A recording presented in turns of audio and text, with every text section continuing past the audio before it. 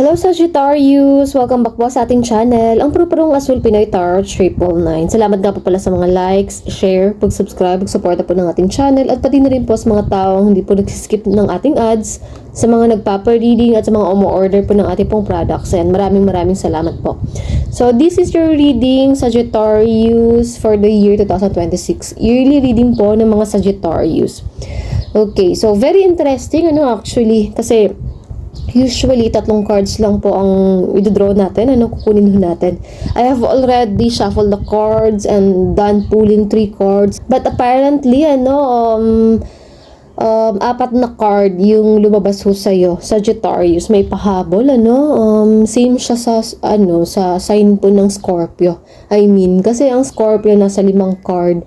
Pero, ang kaibahan sa'yo, Sagittarius, mga major arcana, yung mga cards na lumabas ho sa'yo. So, pakiramdam ko na napakaganda pong taon ito para ho sa'yo.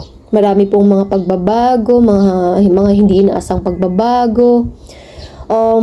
Isa na rin po sa mga bagay na nakikita ko dito, yung bang pagtatapos po ng isang malaking problema tungkol ho sa pera, or sa utang, sa loan na parang matagal-tagal pong hindi mabayaran, matagal-tagal po talagang hinintay, tapos sa taong ito, some of you matatapos yung loan, some of you makakabayad na po ng pagkakautang, ganun. So, 'di ba, malaking factor na wala tayong iisipin gabi-gabi, 'di ba? So, something din po dito na nararamdaman ko na extra income, multiple sources of income. Ayan. So, sa ngayon, the planet of Jupiter is still in the sign of Cancer. And eventually, it will move to the sign of Leo in the middle of the year. Mga June po yan siya. Specifically, from June 30 up to July 26, 2027. Kasi ang planet Jupiter is 1 year po sa isang sign. Uranus, 7 to 8 years, depende kung may retrograde. Nasa sign po ng Gemini. Since last year, Neptune, naka-retrograde pa rin po siya in the sign of Pisces. Pero, eventually, it will stations direct in the sign of Aries this month, February. So, magkakaroon rin po ng conjunction between the two planet, the Saturn and the Neptune planet in the sign of Aries. Magkakaroon po ng stellium, ng jump pack ng mga planet being bombarded yung Aries, sa mga susunod pong araw. Kasi the last time nagkaroon po ng ganun sa Aquarius naman po yun siya. So, Saturn is 2.5 year, tapos Neptune, 13 to 14 years, depende kung may retrograde yung Pluto kasi. Yung planet Pluto, minsan 18 years, minsan aabutin siya ng 2 dekada. So, depende. Sun is 30 days, about a month. Venus planet is 30 days. Minsan, umabot din po siya ng 2 buwan. Okay, so sa ngayon kung halimbawa pinapanood mo po ito, base yung pong, rising or ascendant sign. So, sa ngayon, nasa 8th house yung, yung Jupiter. So, 8th house is the money of your spouse, money of your partner, tapos unexpected inheritance, and also loans, taxes. Ayan, so some of you yung sa ma-approve yung loan, or some of you talagang mag-e-end na yung isang loan, tapos debts. Ayan, and then kapag ka mag-move na yan siya sa 9th house mo, Sagittarius, which is the Leo, that is your 9th house. Isa sa pinakamagandang house. Isa sa mga masaswerteng house. Kasama po yan sila ng 9th house, 11th house. 2nd house kasi is self-worth, values, money, materials, possession, kumbaga finances. Ayan, so 9th house is yan siya, travel. Diba, isa yan sa mga gusto mo. May mga travel, may mga unexpected travel, may mga short distance travel, may mga malalayo, ganun, may mga journey, tapos exploration, pag-explore pa ng ibang culture, tradition, exploration ng ibang places, even people, ganun, na talagang may excite ka ng bagong mga bagong gagawin, tapos yun na nga, study din po yan siya, learning, higher education. Some of you yung sa pag-aaral, or some of you yung yung mga bilisan lang din, seminar, like seminar, workshop, ganun. Or some of you, yung degree talaga, ganun. Masteral, doctorate, pwede siyang ganun kapag ka 9th house. Okay, so sa ngayon nasa 8th house and then mag-move din po yun siya sa 9th house. If you're watching this according to your rising or ascendant sign. Kasi ang moon sign is thoughts, feelings, and emotion. Ang sun sign naman po ay, kumbaga, in other world, wala pang planets, satellites, moons, wala pang yung solar system, kasi yung sun lang yung nandun. So, other world pa po yan siya.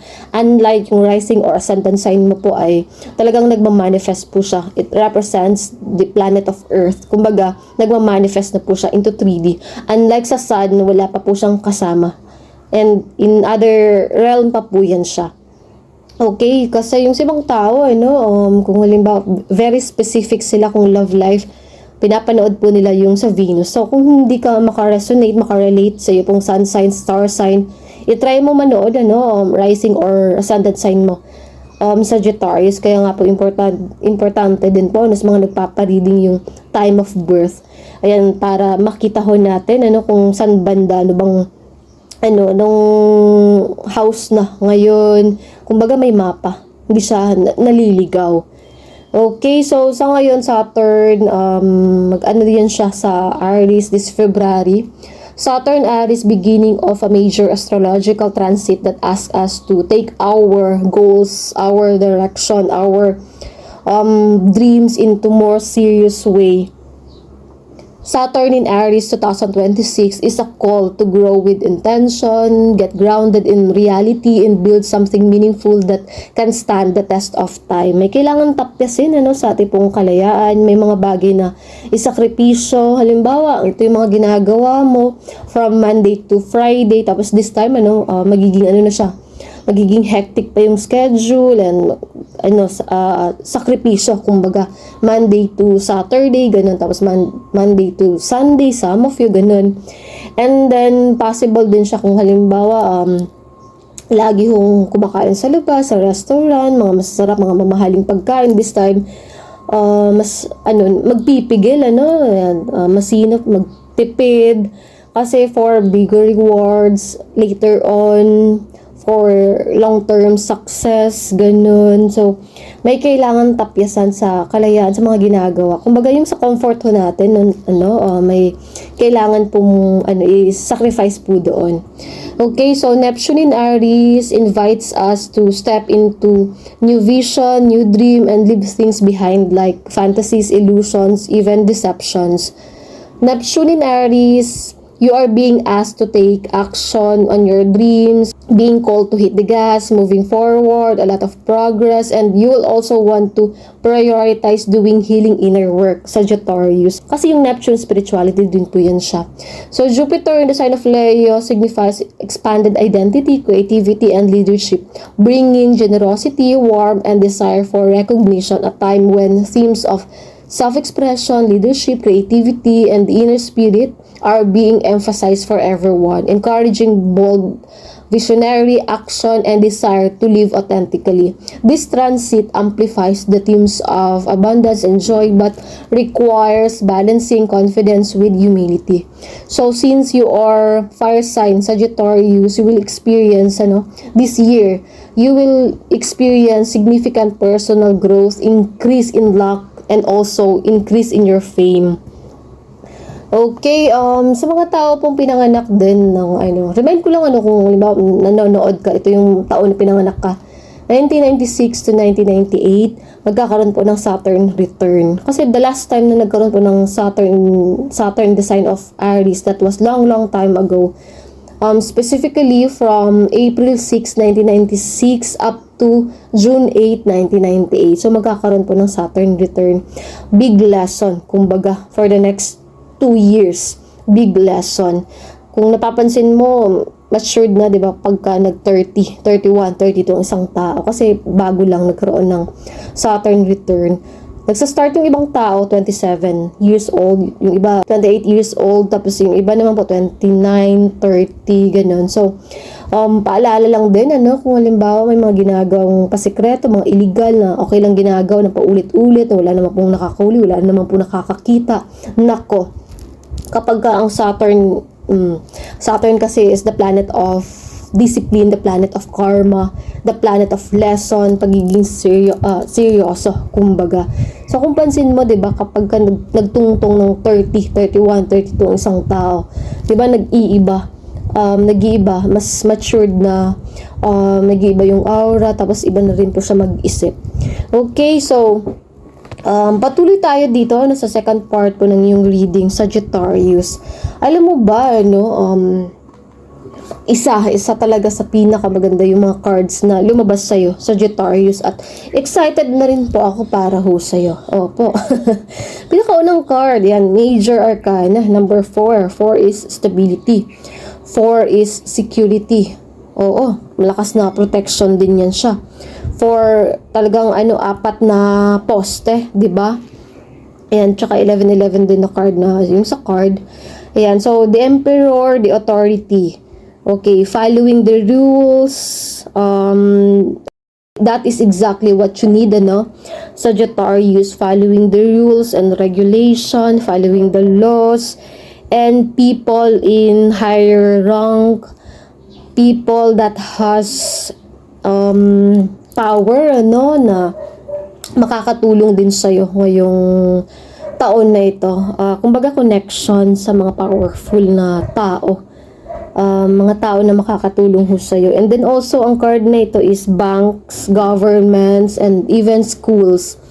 So, may kinalaman din po sa bangko, sa government offices, ayan, sa school, di ba, as I said kanina, pag-aaral. Okay, so, Emperor, so yung, kumbaga, leader, siya talaga yung may mataas na na katungkulan, na may mataas na posisyon. Okay, so you have the authority and you have to follow the rules and regulation, you have to follow the laws, and you have a strong confidence, charismatic na tao, at talagang kumbaga, you are leading people, hindi nila magawa, hindi nila matapos, hindi nila alam gagawin unless na sasabihin mo. Okay, so you have the authority, you have the power, and also connection din po yun siya sa ibang tao. So, ito yung card kanina, Sagittarius, itong Ace of Air, na pahabol sa ipong reading. So, pangalawang card, Hangman. Sacrifice and surrender are necessary at times like this. Nothing in life is free, nor does everything happen according to your timetable.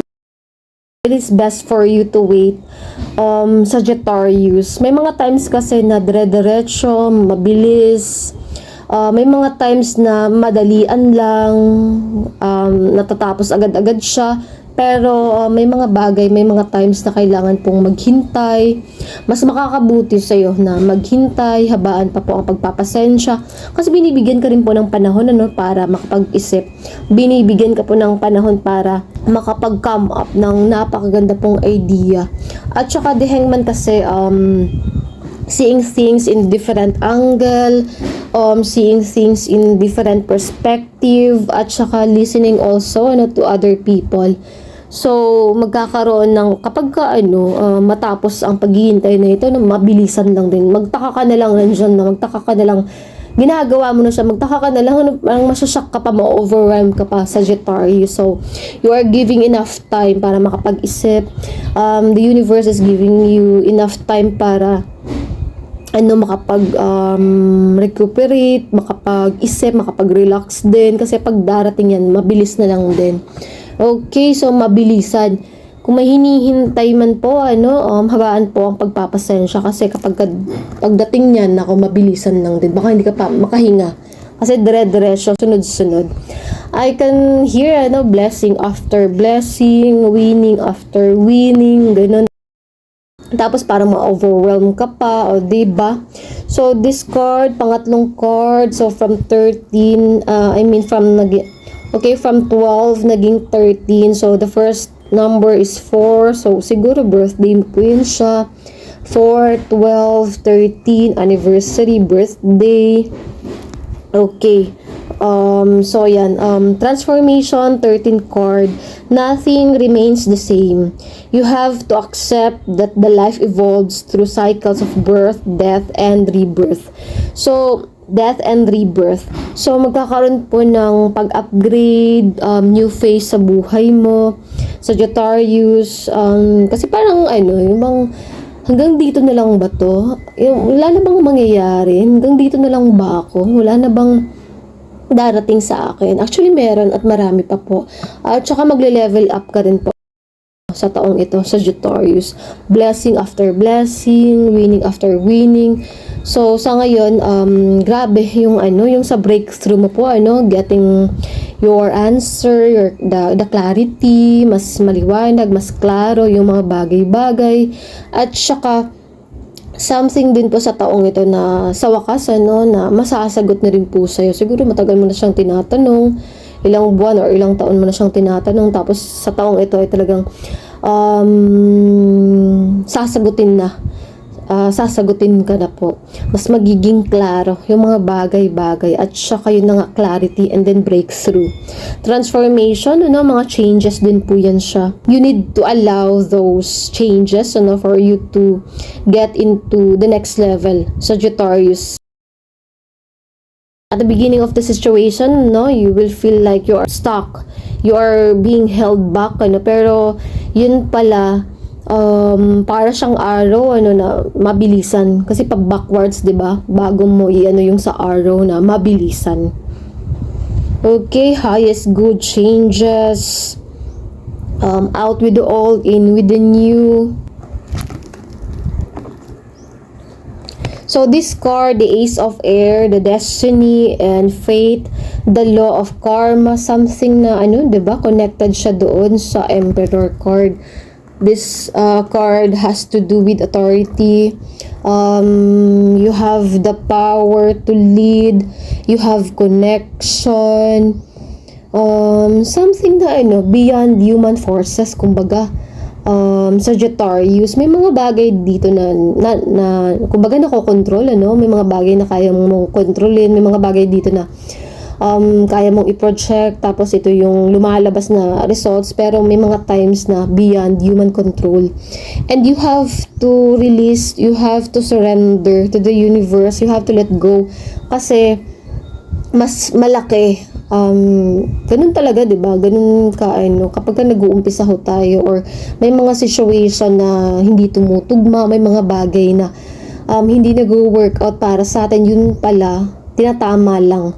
Yun pala, they are just leading us to the right path, divinely guided, divinely supported. You are being led to the right path, to the right decisions. And I can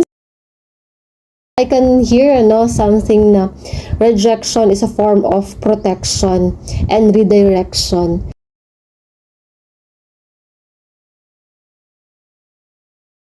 Okay, so the full card, number 0, bagong simula. Wow, new beginnings.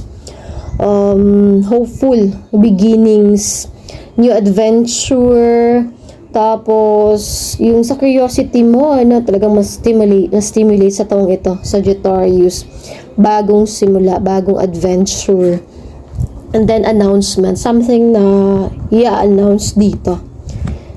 Hermit card, recuperation, one step backward, finding the light, finding the answer. At saka, as you can see, pinto po siya, pintuan. So, may bagong pinto na magbubukas sa'yo sa taong ito, Sagittarius. Wow.